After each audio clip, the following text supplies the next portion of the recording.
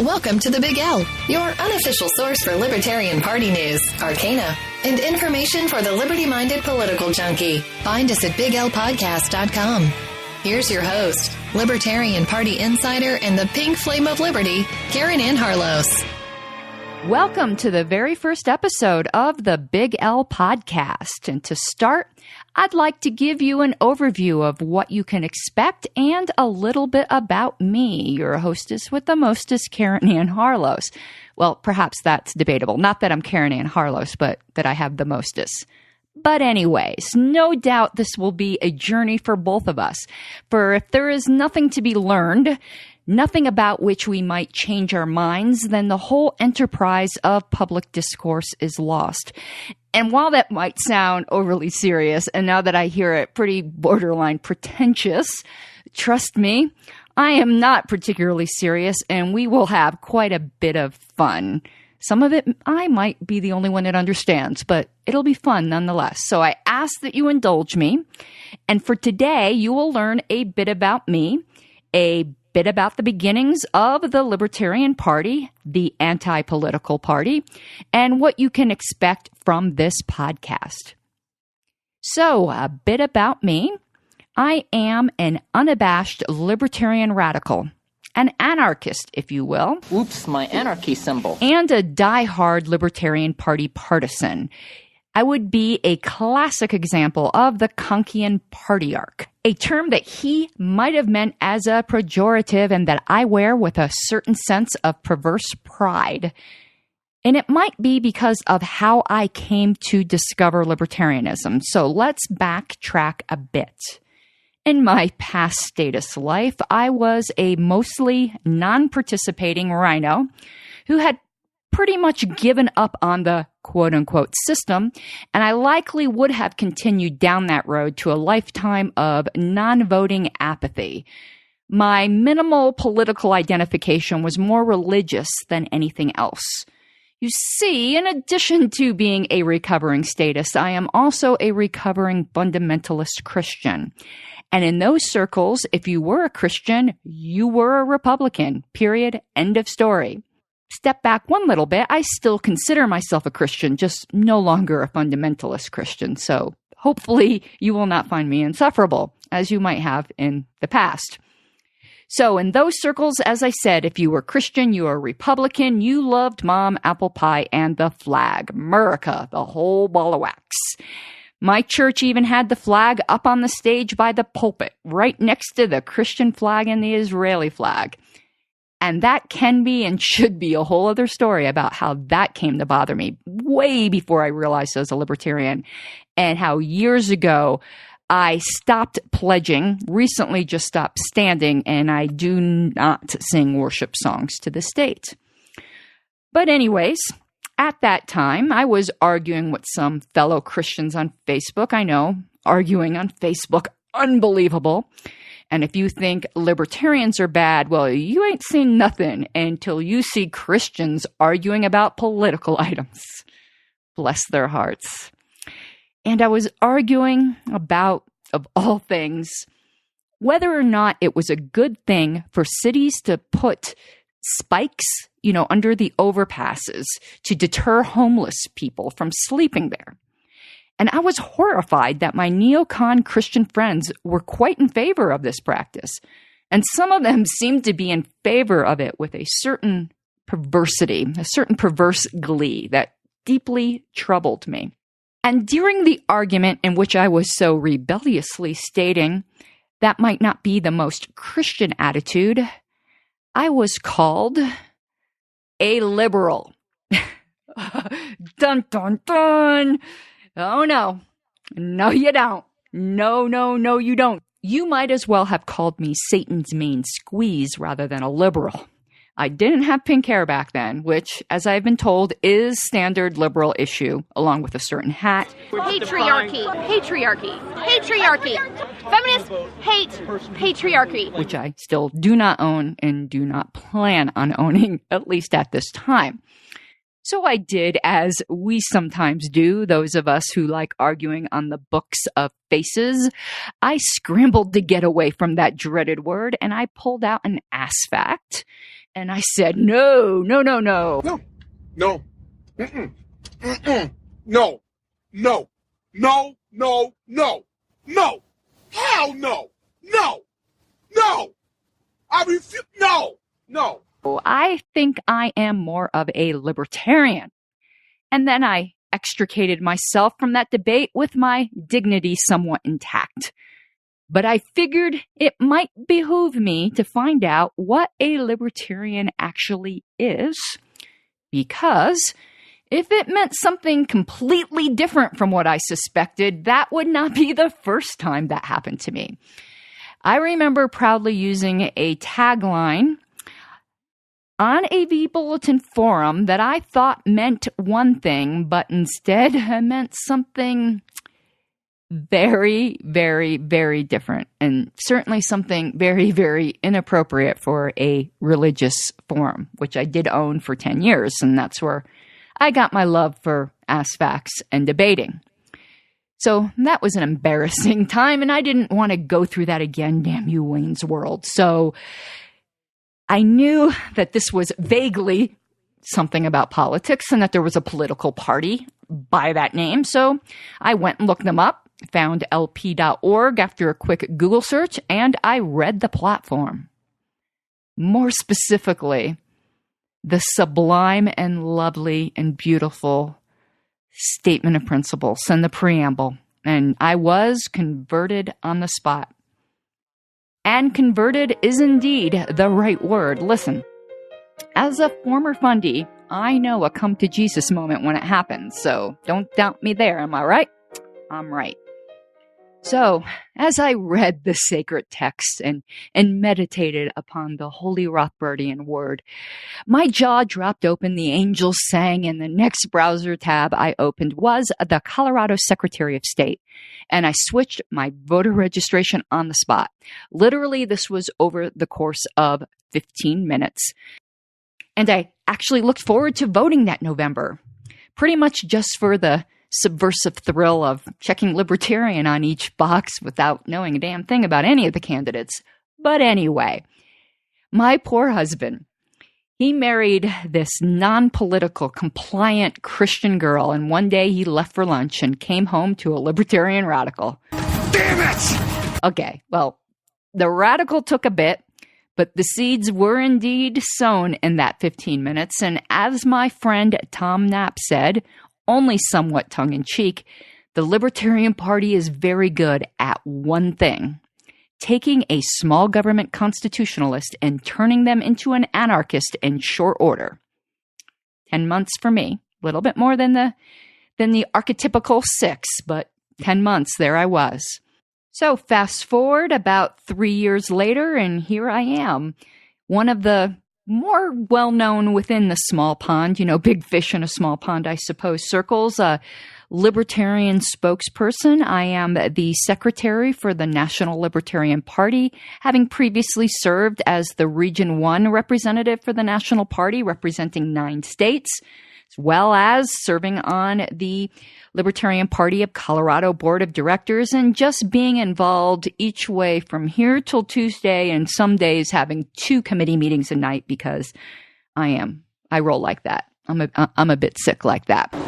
Well, aren't we the overachiever? And if someone had asked me just a mere 5 years ago where I would see myself in 5 years and just come up with these outlandish choices, let's see, living in a Buddhist monk colony.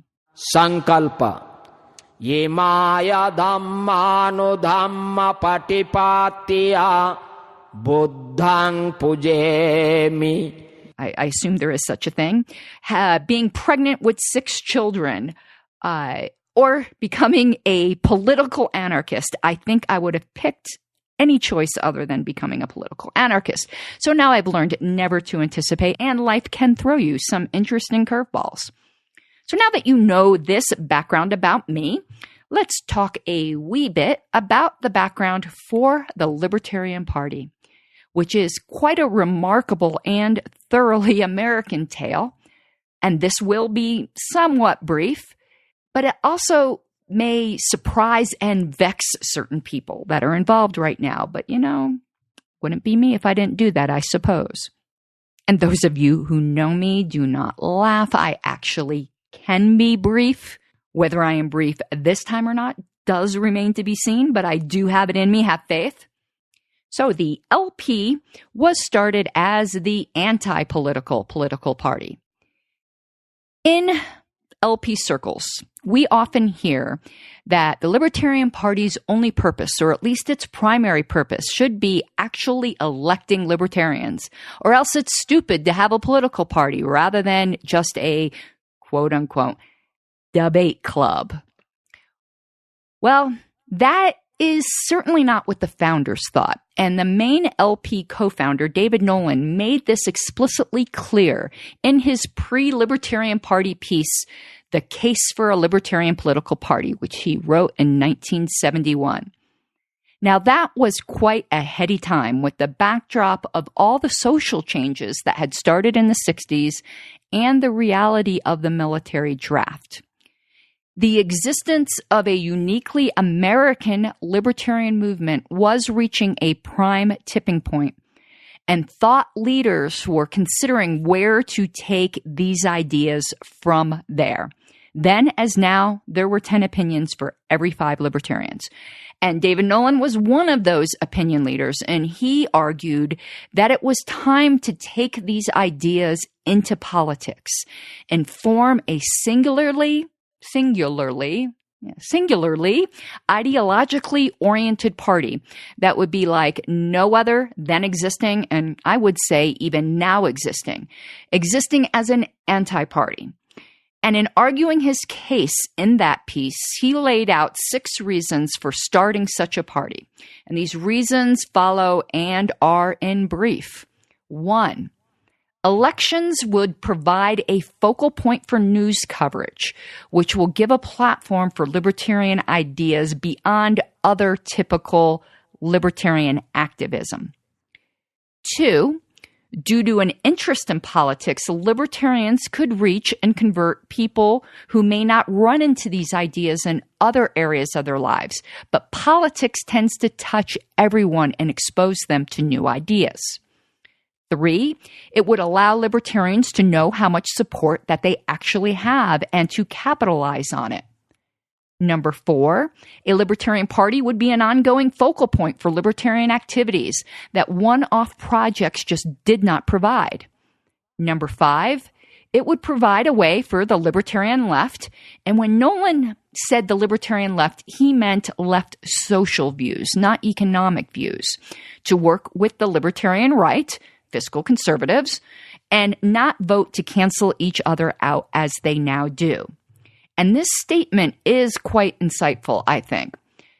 And furthermore, he noted that presently in his time, libertarian votes got lumped in with liberal and conservative votes, splitting each other, whereas the votes received by a libertarian party that pulled from both these quote-unquote sides would not be hidden in this manner.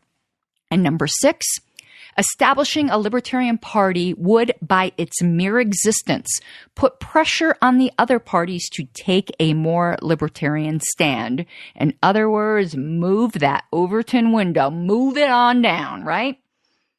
And that was it. And to underscore his point, after outlining those points, he said almost offhandedly and finally, well, there is always the possibility that we might actually get some libertarians elected. And this was his plan and philosophy, at least in the short term. And part of the agony and ecstasy of the Libertarian Party is that we have never committed fully to that. And if we had, things might be much different now. And as long as there is a contingent of the win at all costs, hide the ball in messaging, we will not reach our full potential, in my opinion. If we had concentrated on this strategy in the beginning, we might have laid down the fertile soil in which we could be electing very consistently thoroughgoing libertarians at this point. But we keep flirting with one thing, then the other, and the other. But there you go. You take things as you get them. And as some believe, perhaps the various factions can purposely work together in a kind of neo-Fabian strategy in a way they never had before, where the libertarian radicals would be working covertly, suppose, with the more libertarian moderates in order to get at least the libertarian moderate ideas in there because, it isn't as bad as those crazies, and you start moving the discourse in that way. It's a tried and true method that has worked for the socialists, hasn't it? So Nolan saw getting libertarians elected as the lagging indicator of other success, which is the case in nearly every other social revolution. Political success reflects back the cultural successes already gained. Nolan believed that the political arena would give libertarians a unique opportunity, an opportunity given to them by the enemy itself, the state. Like an open mic night at the king's palace. Should we refuse the stage because we deny the king? Or should we use the king's own system to bring him down? Or as I like to analogize, we can be the virus in the computer system, working right alongside the nasty code in a subversive manner. Shall we play a game? And the Libertarian Party's governing documents reflect this unique ideological thrust. The purpose statement in the bylaws includes both education and political elections as the purpose of the party. They both serve each other. And though Nolan seems to have placed education as superior to elections, I believe, at least now, they are equal on balance. And if they are treated as such, there should be no place given to watering down the message. Now, that does not mean being an obnoxious twat waffle. But it does mean always holding high the standard of principle. Because, as Rothbard said, if we don't, who will? And the bylaws also contain something absolutely unique in modern American politics, the Statement of Principles, which is the ideological lodestar of the Libertarian Party. It is the reason for its existence, and it is protected by a requirement of a super majority and a super quorum for its amendment. It is a depth charge, a booby trap, a self-destruct mechanism, and it's also the reason why anarchists absolutely should be involved with the Libertarian Party, which will be the subject of the next few or 100 episodes, because I am completely obsessed with the Statement of Principles. As is often said, I would have it tattooed on my ass, but I lost 50 pounds and it would no longer fit. Preach it, Pastor. Preach it, Pastor. The Libertarian Party, at its core, is a radical party. And I don't even necessarily mean that as in the difference between a moderate libertarian and a radical libertarian. Right there, we're all radicals when it comes to the outside world, aren't we? I am referring to libertarian ideas in comparison to the outside world rather than any intra-party factions or disputes.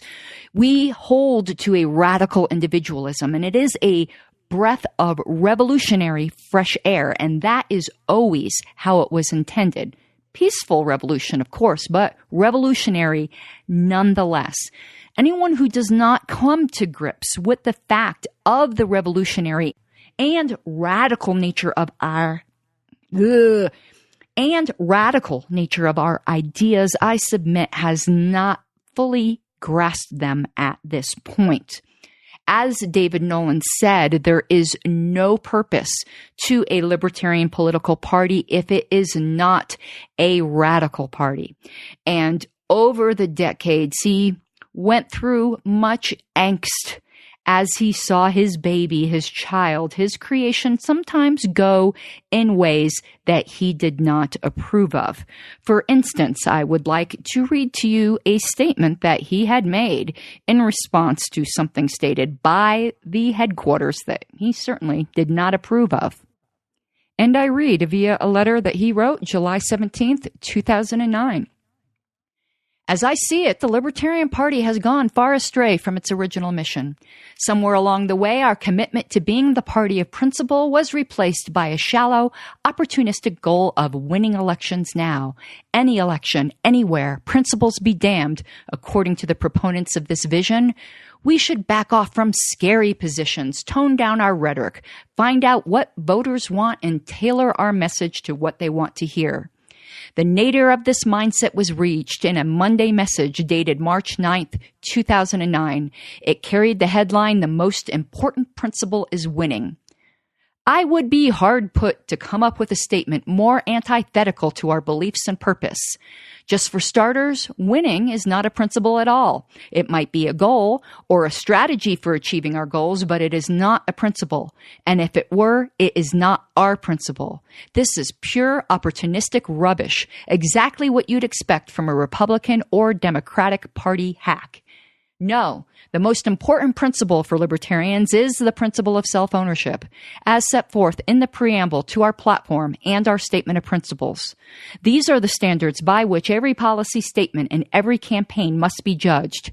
Anyone who is uncomfortable with this yardstick probably ought to be in another party, one where the most important principle is winning. My fellow libertarians, our party is at a crossroads. Either we stand up boldly for liberty or we lose all relevance. The voters who want real, meaningful, substantive change will direct their energies elsewhere, while opportunists who seek short-term electoral victories will support the Republican and Democratic politicians who offer a far better chance of winning now. I urge each of you to bear these thoughts in mind during your upcoming meeting. And I go, preach it, brother. Amen and amen, right? There's always this push-pull, isn't there?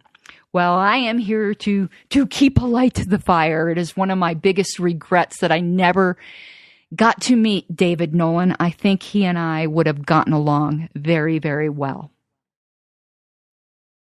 And in that spirit, I still do deeply believe in the Libertarian Party as a crucial instrument in the transforming of our world into a more free society. I value the efforts on all fronts, the agorists, the black market purveyors, in any way that you are doing your acts of defiance in making us more free, I believe is valuable. I do not get behind this denigrating and poo-pooing.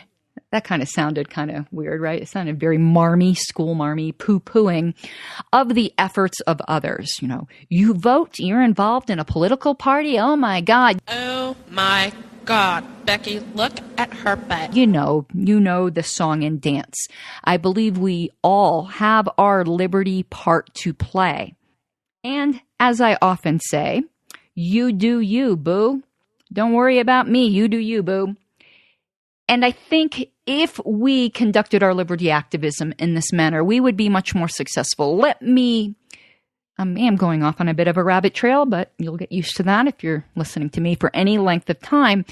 I do this when I am dealing with new volunteers. And I think if we did this as activists in general, we would be more successful. We often have a checklist of things that we think are important or things that we think need to be done. And when we get a fresh-faced new volunteer or we run across an energetic and exuberant activist, we want to plug them into where we think they would be most effective or where we think there is the greatest need. But in actuality, it is not where they would be most effective because it is not where their heart is at. Their heart may be in something that you think is not the best use of their time, but it's their time and it's their passion. I live by the principle of find your bliss, or find what you love and let it kill you, which is basically what I'm doing. Or again, in the more hip as the kids say, vernacular, you do you, boo. Not trying to have a preach moment, but it should not be a phenomenon if a girl decides to or not to wear makeup. If you want to beat that face down, then beat it down. If you want to go natural, then go natural. Do you, boo-boo.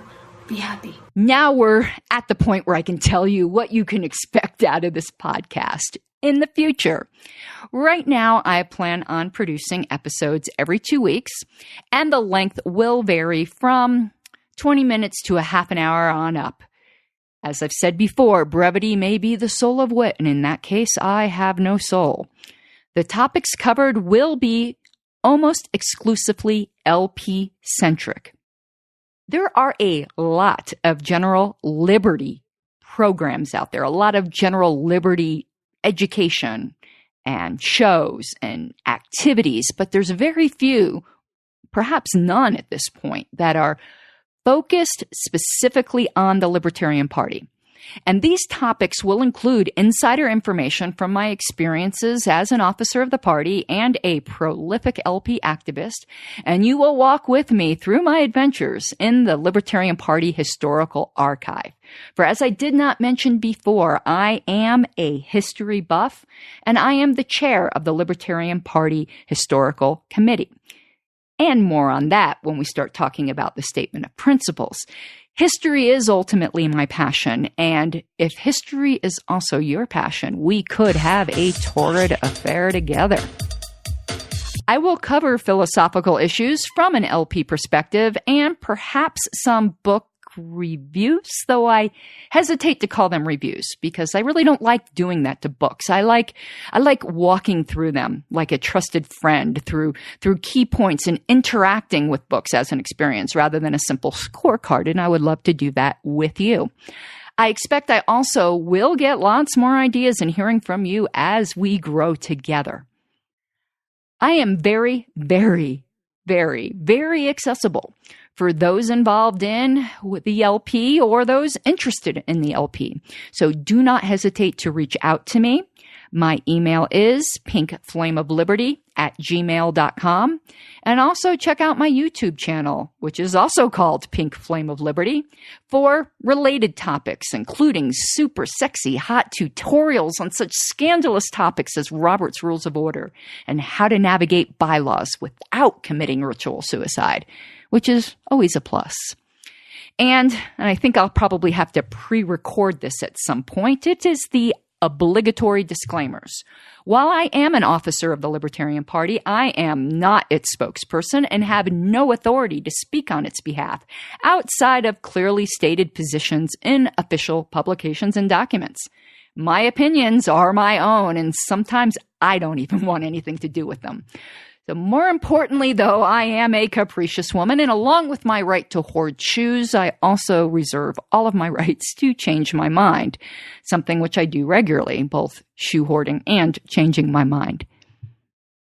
And I thank you so much for listening to me, and I do hope to earn your support. I do my liberty work and research in my free time, and any support you can give is one step further to being able to do this work while still having lettuce for my shoe fetish. And in the future, I will share ways you can help. But until then, let's see how this relationship goes. Give me a shot. And until next time, have an awesome day, mi guapas de libertad. Thank you for listening to The Big L, where size does matter. Subscribe today and help support the show by going to BigLPodcast.com. This has been a Pax Libertas Productions podcast.